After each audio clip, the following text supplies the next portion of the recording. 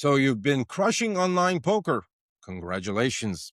That's not an easy thing to do.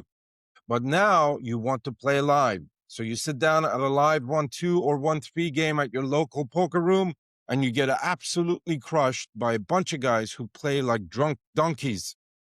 And that's a problem. You don't understand what's going on.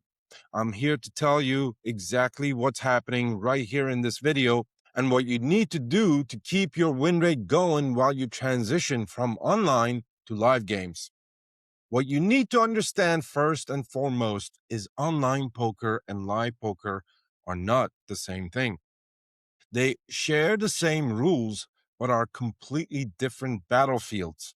And if you don't understand that, you're going to keep losing to people who have no business even playing poker. So let's start with the players.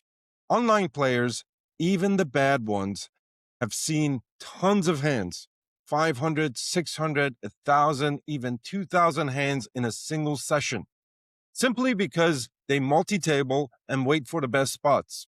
Their brain absorbs all that information and pattern recognition even without realizing it. They start recognizing spots. They start feeling when something's off.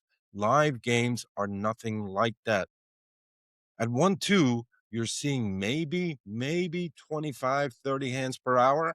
One table, one dealer, everything moves fucking slowly. And most of the people sitting there aren't trying to play optimal poker. They simply don't have the time or the patience to wait for the best spots like they would if they were multi-tabling when playing online. They're there to gamble, to drink, to have fun, to chase losses from last week. They don't care about ranges. They don't care about pot odds. They're looking at their two cards and deciding if they like them. That's it. That's their entire thought process. So when you walk in and play balanced, disciplined online poker, it won't work. It will never work because they're not responding the way online players respond. And this is where most people make their first mistake. Preflop sizing. Online, you're opening 2x, 2.5x, clean, standard, it makes sense. You do that at a live table and you get minimum 5 callers every single time because nobody's scared of a small raise. These guys are calling $15, $20 with hands that make absolutely no sense just because they want to have a good time and see a flop. So stop opening small, open bigger. Not because bigger is always better, but because against these kind of players who literally cannot fold any two napkins, you want more money in the pot when you have a strong hand and a strong range, especially in position. It's really that simple. And while we're talking about pre-flop limpers, live games are packed with them.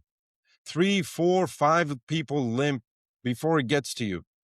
Most players limp behind and make some tiny raises that everyone calls anyway. That's a fucking disaster. Raise big, isolate them. Get it down to 1 or 2 players if you can, when you can. Make them pay and play a real pot with garbage. They'll call anyway. But now you're a massive favorite in a big pot, and that's exactly where you want to be. Now, post-flop, that's where people leak like the Titanic. And it's almost always the same mistakes. People get too clever. They slow play strong hands. They check back flop, trying to induce. They worry about balance in a game where nobody even knows what the word means or even how to spell it. Stop that nonsense fancy play. Against calling stations, your job is not complicated. Bet your strong hands. Keep betting them on every street. Top pair, over pairs, 2 pairs, sets, just bet. They're going to call you anyway. If they're going to call you anyway, you want as much money in the middle as possible. Stop protecting them and just bet your hand. I'm not saying throw poker logic out the fucking window. Everything about poker logic still matters and should affect your decisions and sizings.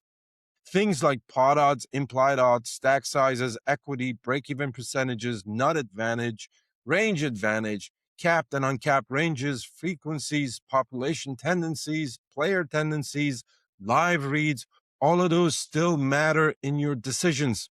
But keep in mind that your opponents are rarely going to do the same calculations as you probably are doing. So use your abilities to your advantage. Playing live poker is sometimes like playing against 5-year-olds.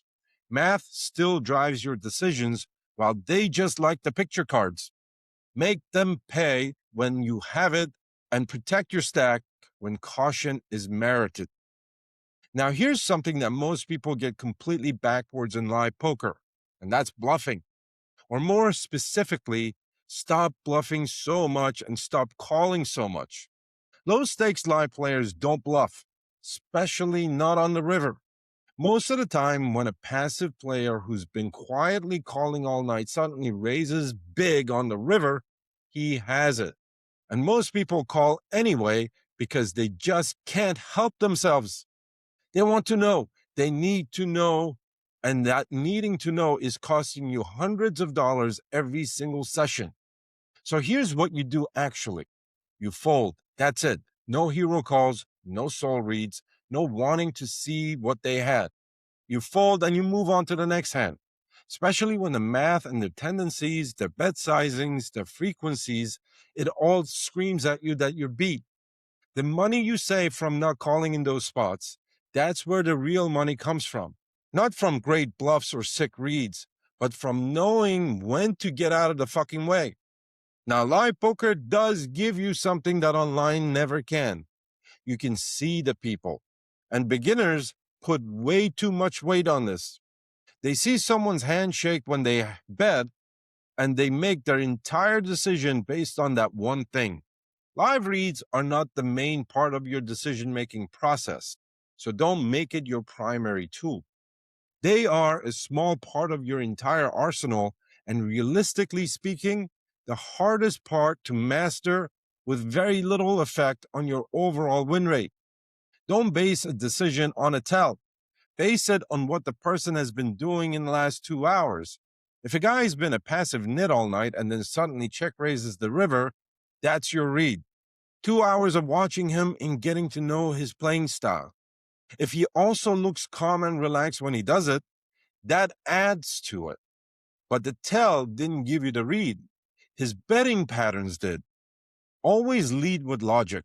Use the physical stuff to confirm it and never replace it. Now, let's talk about another thing that actually costs more people their entire sessions than any other factor. And it's not bad beats, it's not tough spots, it's emotions. Online tilt is fast and obvious. You spiral out of control in 20 minutes, and somewhere in the back of your head, you know it's happening. Live tilt is a completely different animal. It sneaks up on you slowly. You sit card dead for an hour. The hands that you do play never connect. Some drunk guy keeps winning every pot and he keeps getting louder about it. You finally pick up a real hand. You raise, you get 3 callers. Then you completely whiff the flop. And then you have to fold to a monster dunk from the drunk under the gun limp caller. And then something just shifts in your head. You start wanting to play more hands just to feel involved. You start calling raises when you know you shouldn't. You stop thinking about what's right and start thinking about how to get even. That tilt, it doesn't look like tilt because you're not going crazy. It just feels like a little minor adjustments. But you're chasing, and chasing never ends well. It's a fucking disaster. The only fix is to catch it before it takes over. And you catch it by knowing yourself. You know what you look like when you're tilting. You know the hands you start playing. You know the calls you start making. You know the punts that hide in the shadows. The moment you see that pattern, you stop. You get up, you take a walk, you reset, or you rack up and get the fuck out of the room. You remind yourself that the goal right now is not to get even. The goal right now is to make good decisions on every hand right in front of you. That's it. The results will take care of themselves when the decisions are right. Patience in live poker is genuinely one of the biggest edges you can have. And most people completely underestimate it. If you're used to multi-tabling online, you don't need patience. You're seeing 45 hands per hour on 8 different tables.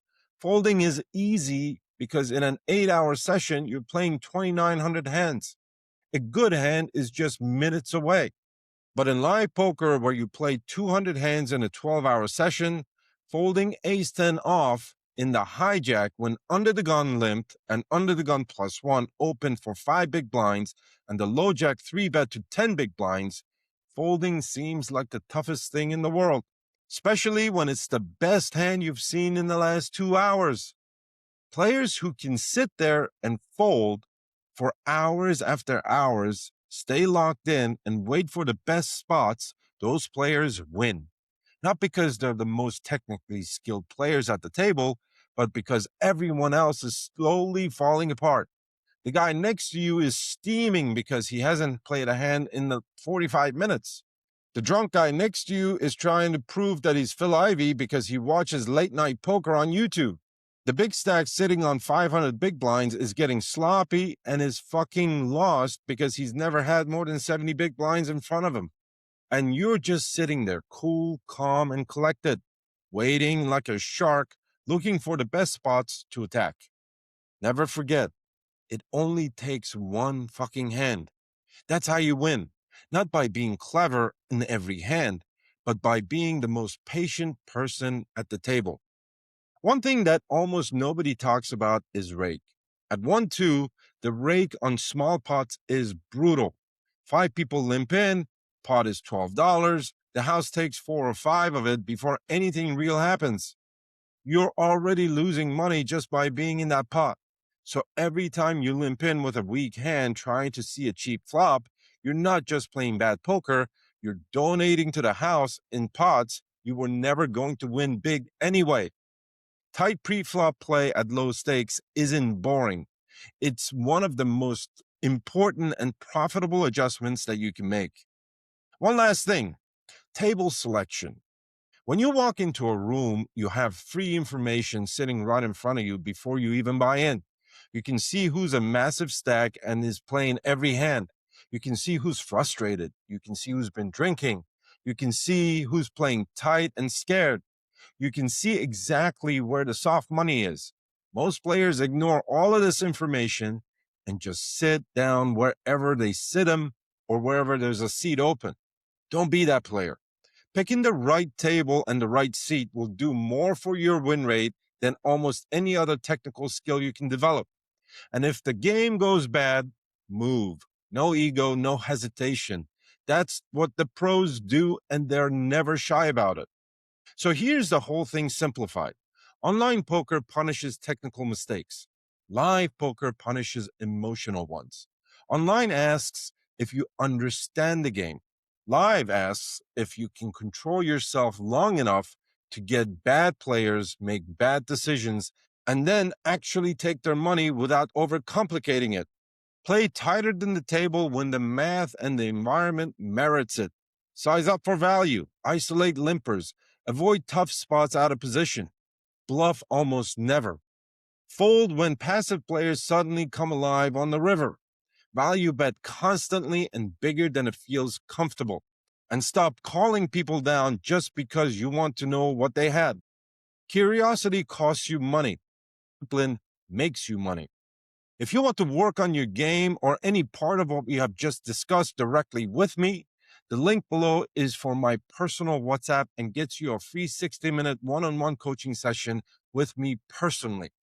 But only if the spots are still available, as they're filling up fast and my time is sadly limited. We'll go through your actual hands together, find the leaks, and fix them one by one. So send me a message and let's get working on your game. I'd love to hear from you.